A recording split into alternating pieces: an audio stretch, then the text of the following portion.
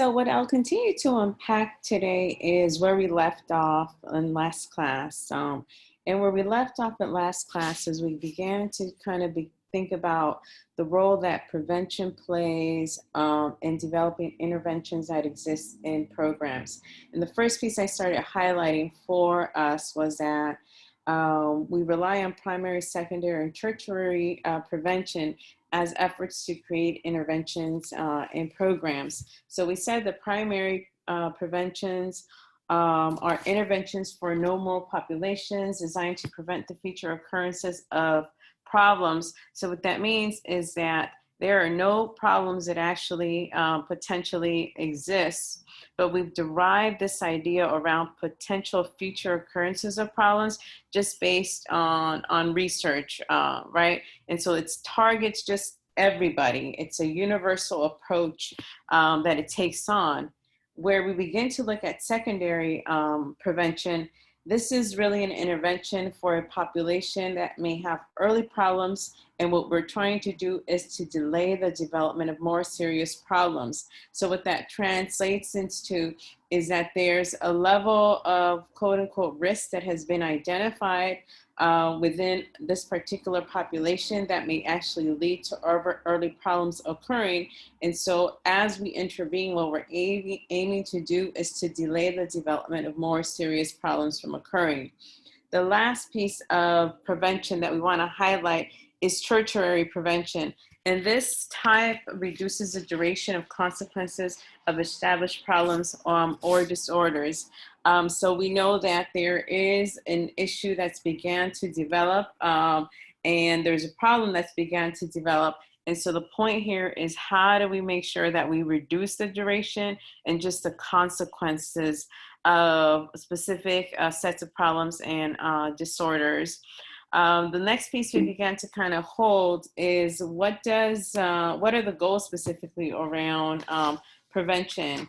And the couple that we highlighted was that the goals of prevention are really aiming to prevent new problems from appearing, even preventing milder problems from becoming more serious in nature, and really lessening the seriousness of any problems from developing and delaying the onset of problems.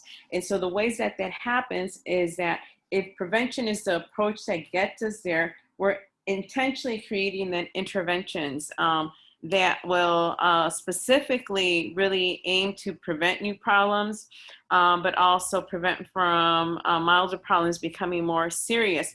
The tricky part, though, with primary prevention that we want to think about is that oftentimes, because primary prevention are very universal in nature, they might not necessarily benefit everyone because they may not have the needed intervention in the first place, specifically when we may have communities or individuals who need more dosage of an intervention per se. So I want us to really think about, what does it mean to think about primary prevention as an approach when we have populations that may need something more beyond what primary prevention actually offers. So the layer that we're going to add to this conversation is, how then do we actually aim to select specific populations for interventions?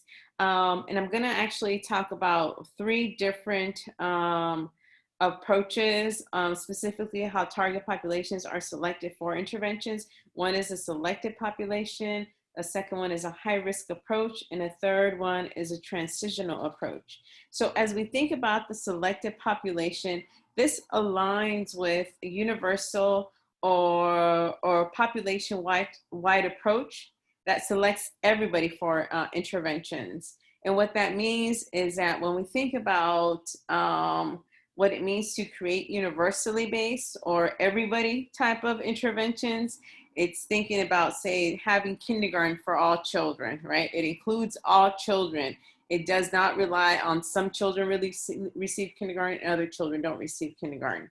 Similarly, it also includes providing supports to all parents in schools as well. It doesn't differentiate what that kind of support would be for parents in schools. When we begin to think about what a high risk approach is in populations, it's thinking about a selective prevention intervention targeting groups who are at quote unquote risk for problems, but they're not necessarily actually demonstrating the difficulties, right? And so that might include at times young children who come from lower socioeconomic contexts. It may also include children who have parents or a parent who experiences depression, mainly because the underlying assumption that high risk approach is making is that children who may have a parent who is experiencing depression may more likely have adjustment problems in comparison to children who do not necessarily have a parent or parents who experience depression. And so what it's aiming to do again, right, is to intervene early on, because it understands that there's quote unquote a level of risk where what is an initial potential problem may actually become a full manifested problem. The last piece that I want us to think about is what we refer to as a transitional approach, which focuses on children who are about to experience a critical life transition, or individuals who are about to experience a critical life transition or a stressful life event. So it's assuming that particular life events can be particularly stressful or difficult and could potentially produce lasting negative effects. So oftentimes, for example, in school settings, what we find is that we see when elementary school children transition into middle school, there's this level of transition that happens where we may potentially see declines in academic achievement, but also psychological well-being. And so to that end, interventions have actually been created to address this transitional moment for students so that they're able to really adapt and adjust in a way that won't actually have a negative impact on them. And the other potential place where we may see transitional approaches is when families are experiencing divorces. We know that divorce has an impact on children. And so to that end, that transition is being one that we're trying to develop interventions to mitigate the potential impact of divorce on children. So then we want to begin to kind of think about what are the approaches that we take on in terms of interventions. And so I'm going to talk about two different intervention levels that are oftentimes used as they're connected to prevention, right? The first one is more of a person-centered approach. And that person-centered approach is really working with individuals at an individual level as an intervention. So the underlying assumption is that by working directly with an individual to prevent specific problems or just to promote well-being, so it's just the individual that the intervention is occurring with. The next kind of intervention I want to think about is around environmentally centered intervention. And so environmentally centered interventions are stressing ecological systems or systems level. So that being said, is that environmentally centered interventions understand that there are many social and organizational influences on behavior, and individual behavior cannot be considered apart from it, right? So it's really saying that we have to center environment, that we're able to change individuals by actually changing environment. And so to that end, we may actually have interventions that target different areas of individuals' lives because we want to be able to change the environment. So for example, we may be working with family through parenting or social support. We may also be working with peers as well, whether it is to improve social skills, peers as a level of support, or peers as role models, or we may also be working with schools. How do we shift policies in schools or just the curriculum as a place of intervention so that then we're able to support individuals in the interventions. And we may also be simultaneously working with community-wide interventions as well, whether it is through community centers. So the most important piece I want you to think about is what differentiates person-centered versus environmentally centered interventions is that really a person-centered approach is just really working directly with the individual, whereas the environmentally centered approach understands that we have to be able to change the environment to be able to then impact individuals who are within the interventions. But we also understand that interventions that tend to have a long-term effect tend to be those that intervene at more than one environmental level. So if we had to choose right around how we would invest in intervention approaches, we would want to invest a bit more in more environmentally centered approaches.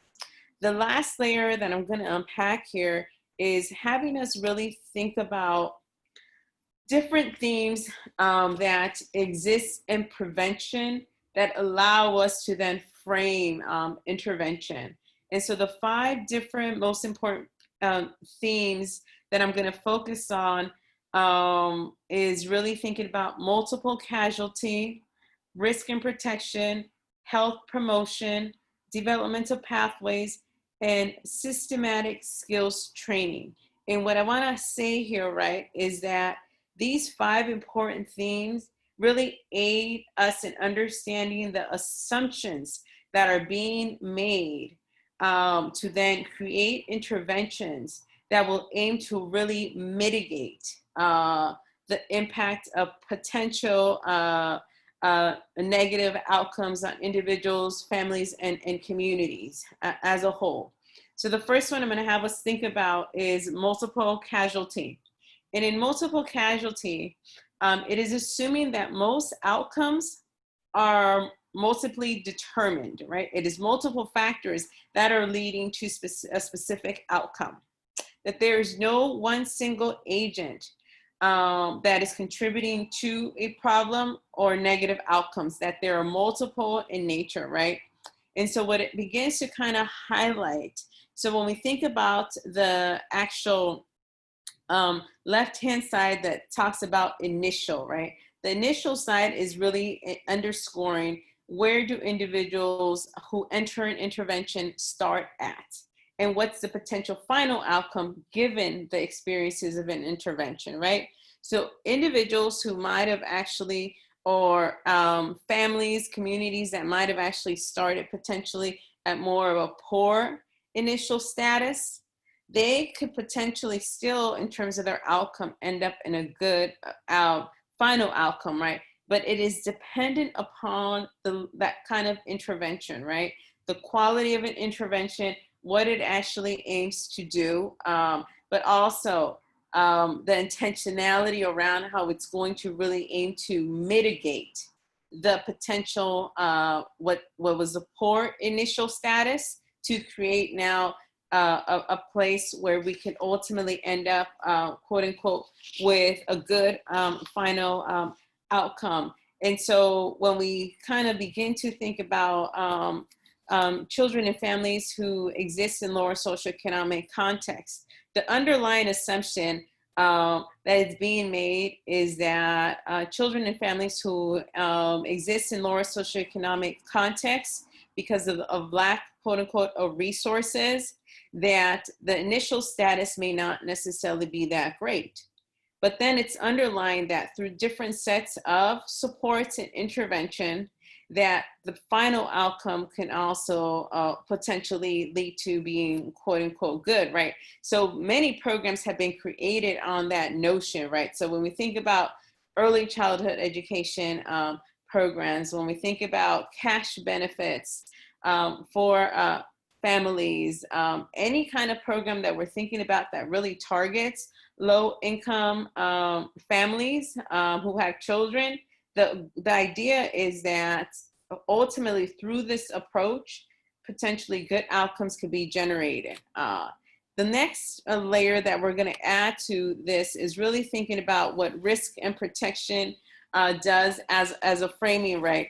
And as I'm sharing these core themes in prevention, I also want us to really think about where are the areas that it is problematic around the approaches it takes on, right? What is it further assuming around the children, adolescents, and families and communities it targets, right? So I want us to really think about those pieces as well. So risk and protection has been a framework as a whole, but even a theme in prevention that has existed since the 70s. And what risk and protection is really highlighting is that a risk factor, quote unquote, increases the possibility of some negative outcome, while a protective factor either reduces the chances of a negative outcome or increases the chances of a positive outcome. So many programs have really thought about risk and protection in the context, given a set of risks that is presented by potential clients, consumers within interventions. The program itself, what it's aiming to do, or the intervention that exists in the program, is to create levels of protection to mitigate the level of risk. The next one that I'll unpack a little bit is around health promotion. And health promotion, as an assumption, is assuming that the purpose of health promotion is to really increase the skills, the strengths, or the coping abilities of specific target groups to focus on positive aspects of health or adjustment. And so part of these efforts are really thinking about how do we intentionally provide health promotion context to increase skills or strengths or coping abilities for different groups. So whether it is a coping support group, right? That is an effort to kind of develop skills for individuals to be able to cope with just life stress, all right? What differentiates that from systematic skills training is that systematic skills training is really aiming to provide skills to shift behavior, right? In this context between health promotion and systematic skills training, health promotion is just aiming to really increase sets of skills and strengths, versus systematic skills training is providing skills to change behavior, right? Behavior that might actually might be maladaptive. And so what that looks like is oftentimes social emotional support groups for individuals who've developed some maladaptive patterns. So there's a point of intervention that through social emotional support groups, we're able to mitigate the potential outcomes of maladjustment. The last one I'll highlight, and specifically the assumptions it makes, is around developmental pathways. And developmental pathways, I would say, is one of those assumptions that is somewhat more exhaustive, because there are different points where if different places of intervention occur, the mitigation connected to a negative outcome could occur during different points. But the point is, how do we get to that point before a potential outcome can be dire in nature? So what it aims to do, it is mapping out the courses of adjustment or maladjustment over time. There can be different pathways for single behaviors or a constellation of behaviors, competencies or problems, or different populations, right? And so I oftentimes like to offer this example around what happens in school settings when our children start school. And so oftentimes when our children start school, quote unquote, lacking school readiness, that may be associated with lower socioeconomic context, right? And it's making assumptions around what happens in lower socioeconomic context, right? So I want us to think about what assumptions it's really making there, right? However, the piece I want us to hold, right, is so when children are entering school with lack of school readiness, what happens in school settings is that early grades may not be able to detect early learning problems, quote unquote. And so what may happen is that if a student has entered kindergarten not school ready and leaves kindergarten not being able to have some fundamental reading background, oftentimes students get placed already into lower academic tracks. Lower academic tracks oftentimes lead to grade retention in later school years, but the risk then is further increased where because of grade retention, what happens in school is that it may actually lead to placements in special education. We also know that special education, there's a strong connection between being in special education and school dropout. And we also know that dropping out of school prospectively leads to psychological and social maladjustment, and not being employed, ultimately being also existing in lower socioeconomic contexts, and also potentially being incarcerated. So what I want us to hold in that context is what developmental pathways is able to actually offer more from the standpoint, where are those critical places of intervention that we can intervene at within programs to mitigate the potential outcomes, right? So what I leave you with as we move forward into our other class, right, I want you to be thinking about how can critical race theory and intersectionality really begin to give a different lens to the ways we think about prevention and intervention, right? What I said initially was that we unpack the pieces around prevention to connect into intervention in programs, mainly because this has been the foundation of many programs that have actually been created, right? But it does not necessarily mean that the work is not to challenge the ways that prevention, intervention, and programs work. So I want us to really think about how do we begin to intersect alternative frameworks as we continue to develop interventions in efforts to prevent.